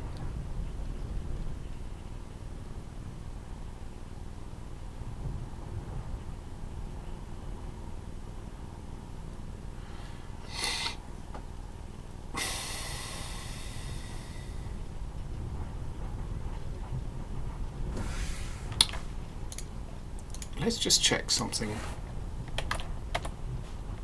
Right. Okay. Right. Let's get the context. Context is important. The draw address. If I do draw sprite 1, it's from the first buffer, which is draw address 1. The low byte of the address that we want to draw the thing to,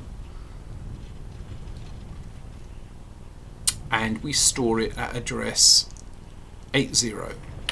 And we load the high byte and we store it at 81.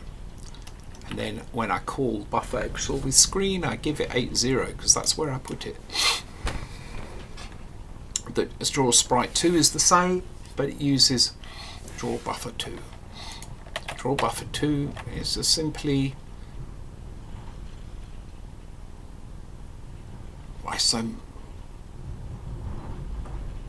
so many sprites? No, wait a minute, that's the sprite data. Where does it get the address from? Right. Let's get myself confused. There are 16 sprites, and each one has 2 bytes, and there are 2 buffers. That's these. So, okay.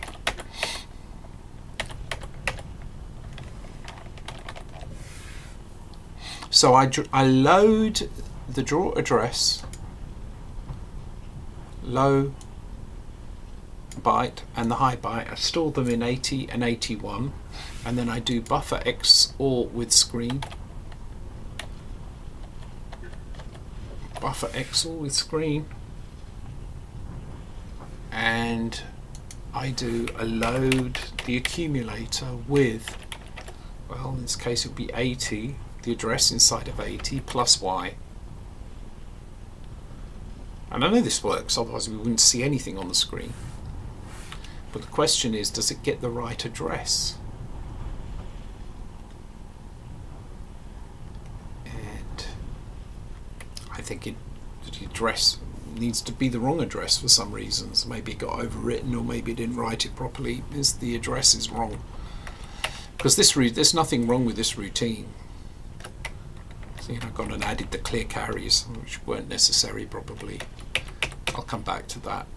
But this loads the first. It loads the video memory at this address with plus Y, which is 0. Do an exclusive OR of the data from the buffer.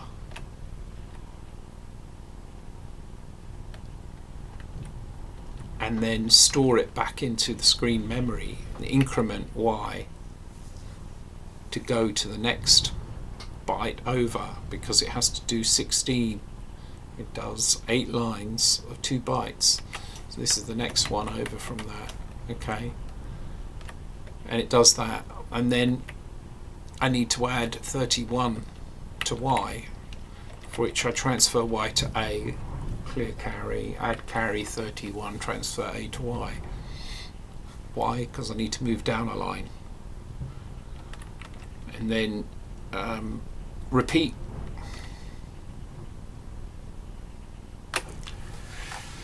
So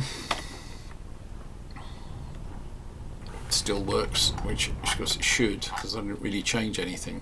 So what the conclusion is, it's not reading from the right address for the second byte, the second sprite. Not reading from the right address for the second sprite. I'm thinking, how can I debug that? Draw sprite 1. You know, the visual inspection is absolutely fine. Build buffer 1, draw buffer 2. Whack the calculation of the address. Draw address 1, draw address 2. When we calculate the address,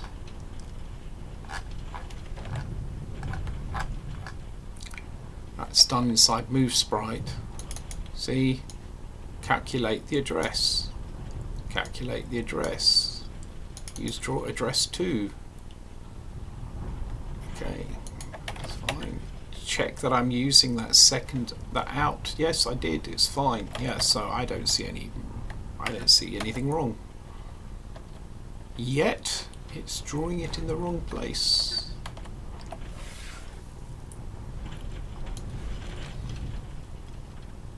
So I wonder,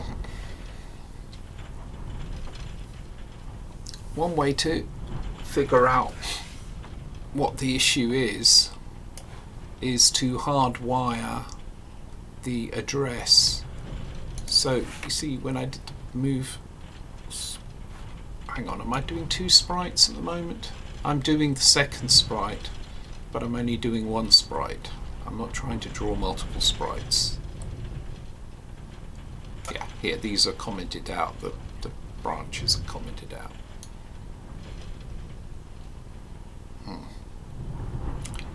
Branch is commented out, which means I'm only drawing 1 sprite. It means I can actually hardwire it. The sprite is being drawn using buffer 1. It's all straightforward. We just use these ones. So when I say move sprite 1, which is this, I can hardwire the address after we do the move sprite 1 function, which is, or subroutine, which is this.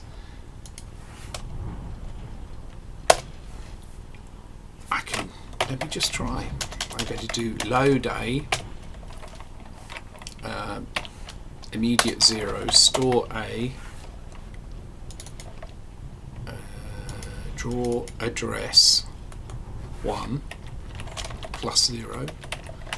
I like to do plus 0, just helps to remind what's going on. And here it's like immediate $80. So what I'm doing is just hard wiring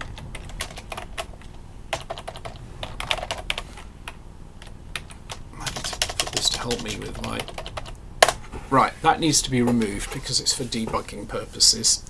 So I'm hard wiring the thing to the first address in video memory. It should appear in the top left. Oh, garbage data. Oh, double hash. That doesn't mean anything.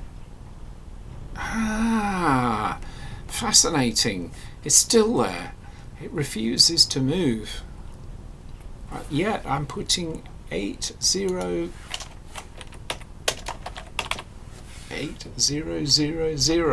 in the address. Oh.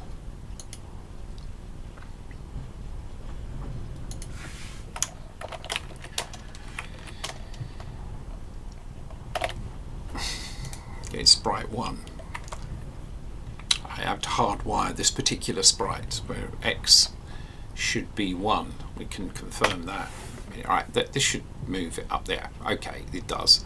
There is a few pixels moved over because the original address was 100, which would be 4 pixels, I think, over from 96, which would be 0 pixels over.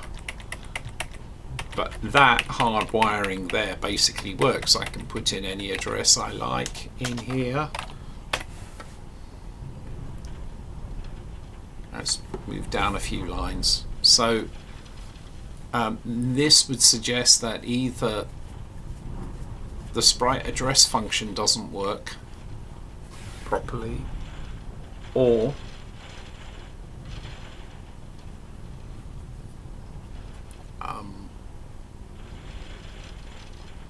something is overwritten. No, it won't be overwritten. It's got to be the sprite address function's wrong.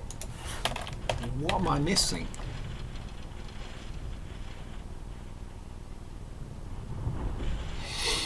In this case,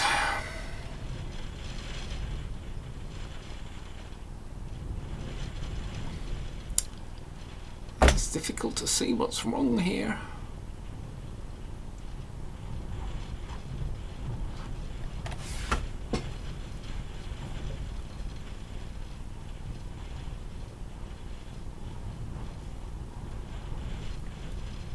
Sprite instance.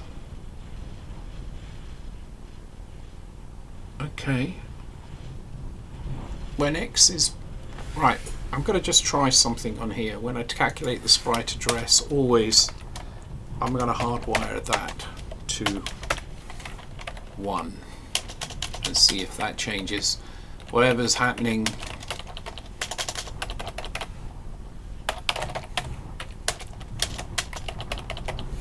So okay, and if I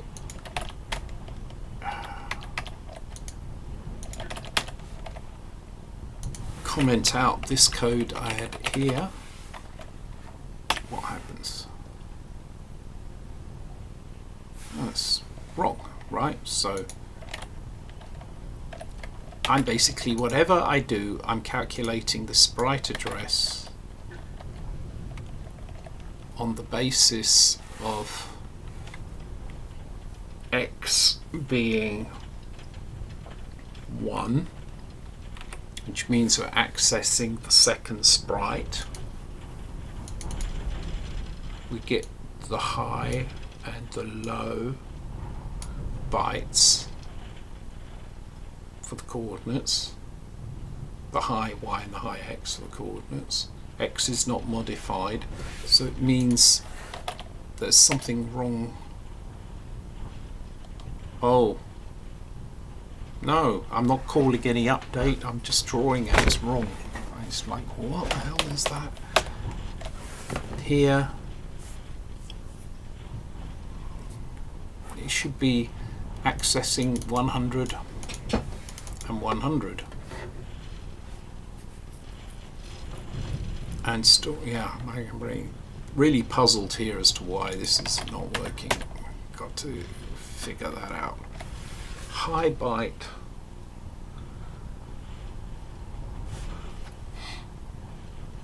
Let's just, if I just pretend that was 0, what do I get? Nothing. Yeah, because it doesn't, it's drawing, yeah, it's not going to draw it in the right place at all.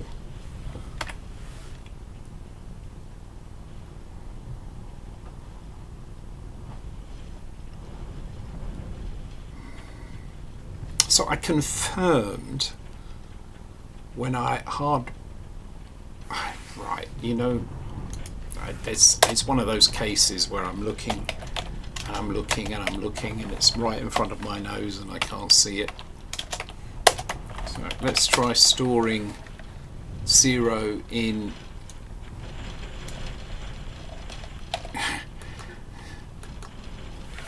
and just get rid of the X completely. So this would be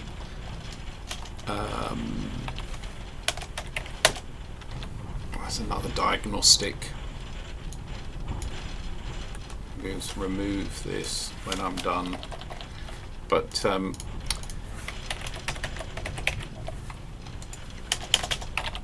store it at the start of video memory.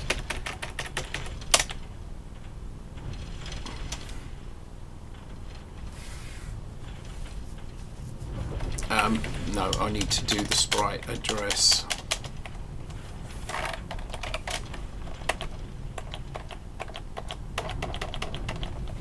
What did I call it?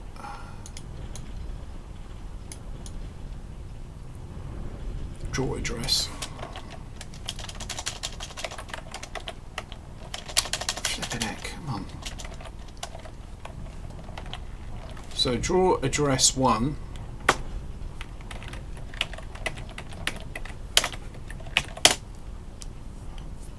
And draw address 116 at 1 and 17. So I couldn't hardwire it any more than that, really. Okay, this moved it.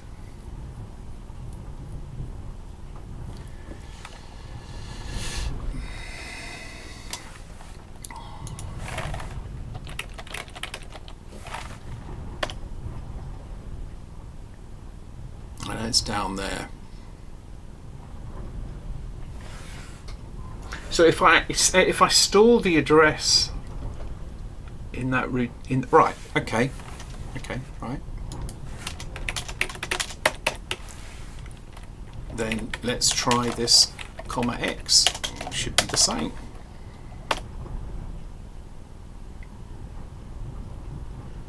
Now we're getting somewhere. That would suggest that there's something has gone wrong with the X. But wait a minute, X is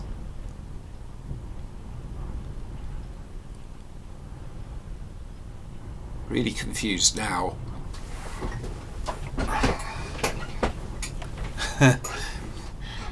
I loaded.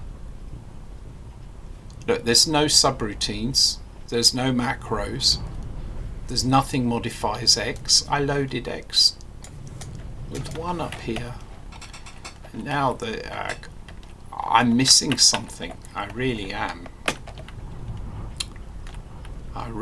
missing something. Let's take that off and say plus. Oh,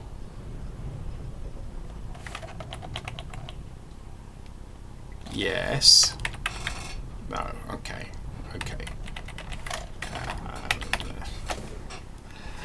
The high byte is 16 on. Right. Liminic. Okay. That makes sense again.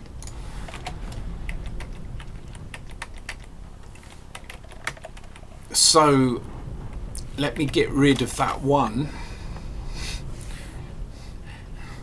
and we'll see what happens. If this is fine, which is proof that X is what it should be.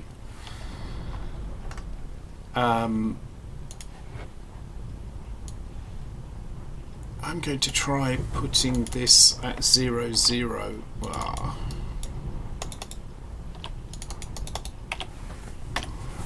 That's at 0, 0. Okay, so that works at 0, 0, but I am hardwiring it.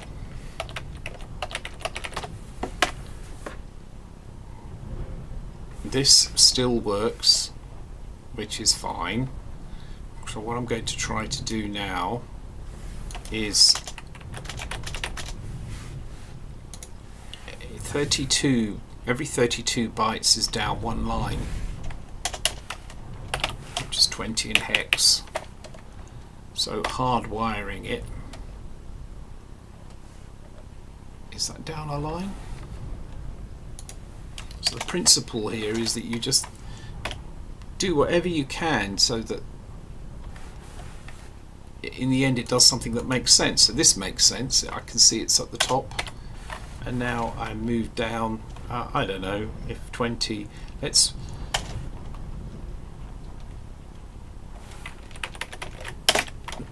use 81, which will be 8 lines down. There, you see that's moved 8 lines down. I know what coordinates that should be. So I can go here and put that in. It's X 0 and Y should be 8. And we try again. So that didn't change anything, but I'm just being sure. So I can see that it's 8 down again, but we're still hardwiring it. What I do now is I get rid of that, and it should be the same, and it is. That's interesting. How about we try moving it? Could be that I just had a brain thingy. Let's try 8, 8. So 8 in the X, 8 in the Y.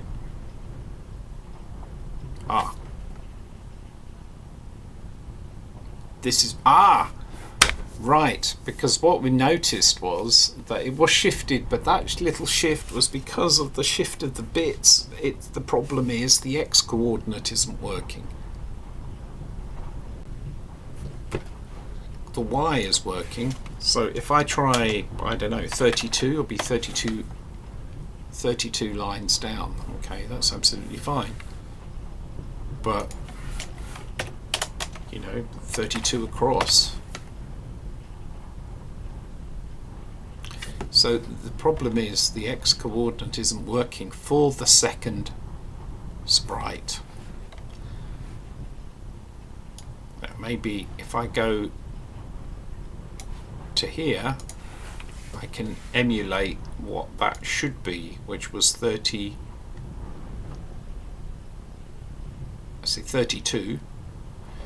which is 4 bytes.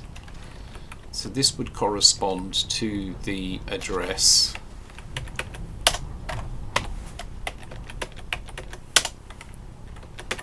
8104.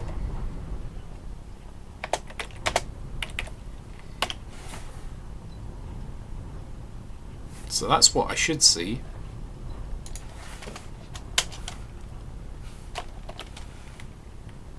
And in fact, I'm not even modifying the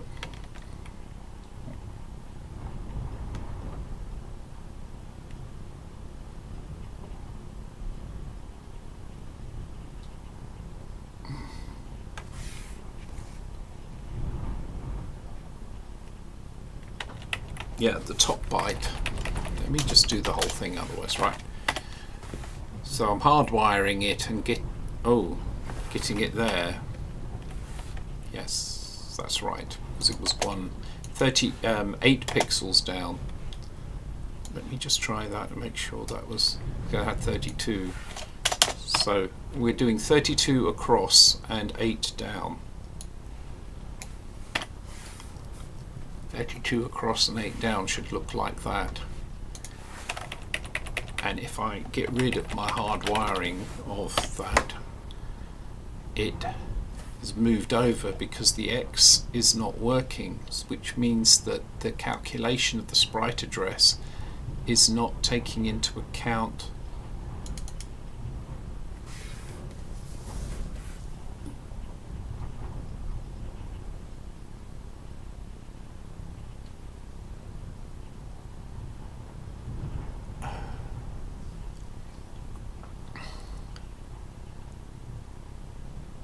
something is wrong for the second.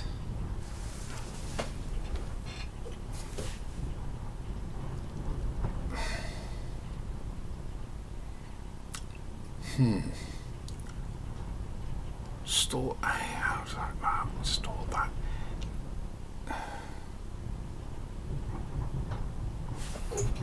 All right.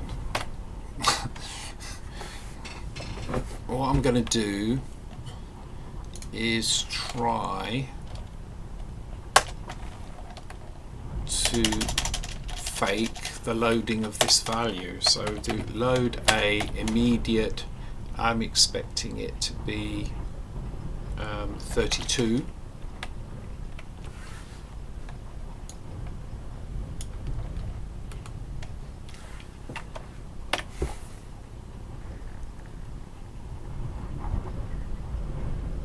Look at that.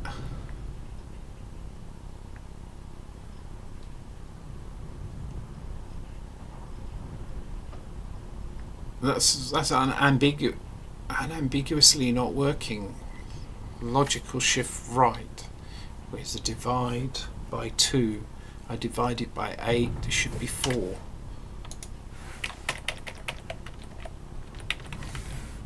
Or it with the low.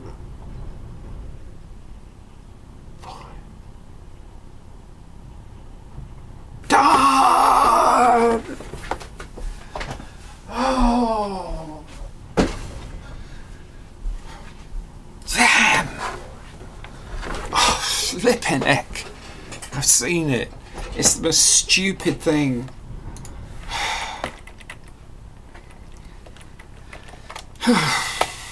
Out, comma, X instead of just out.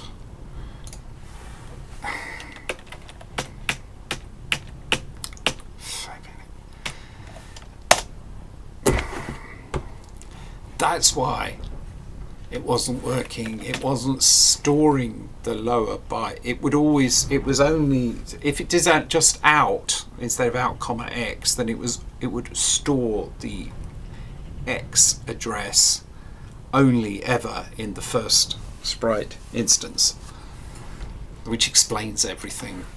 And it was right in front of my nose all the time. Okay, remove. I'm just removing all of the diagnostic stuff.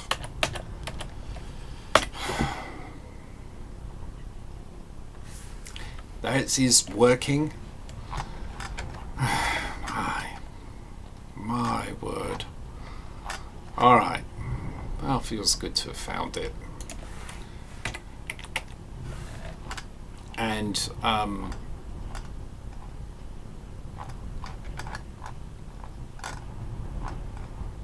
where were we? Right. So, and I did a halt here.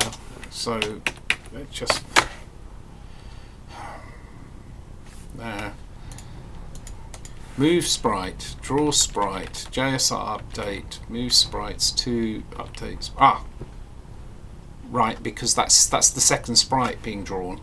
Yeah, I'm having to undo the diagnostic stuff now, but the second sprite is being drawn, but it isn't moving because the second sprite doesn't have a velocity. Let's give the second sprite a velocity. In A, just an X velocity.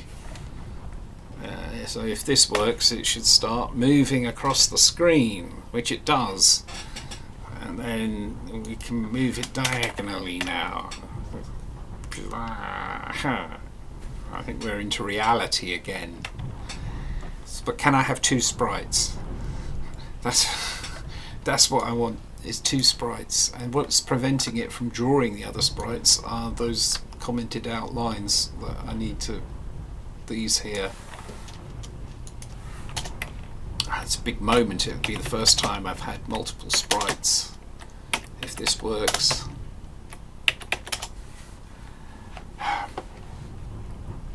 And let's take a look at what we have here. The other sprites starts at 100, 100, and we should probably put a velocity in for that. So maybe we'll do 1 and 0. Okay.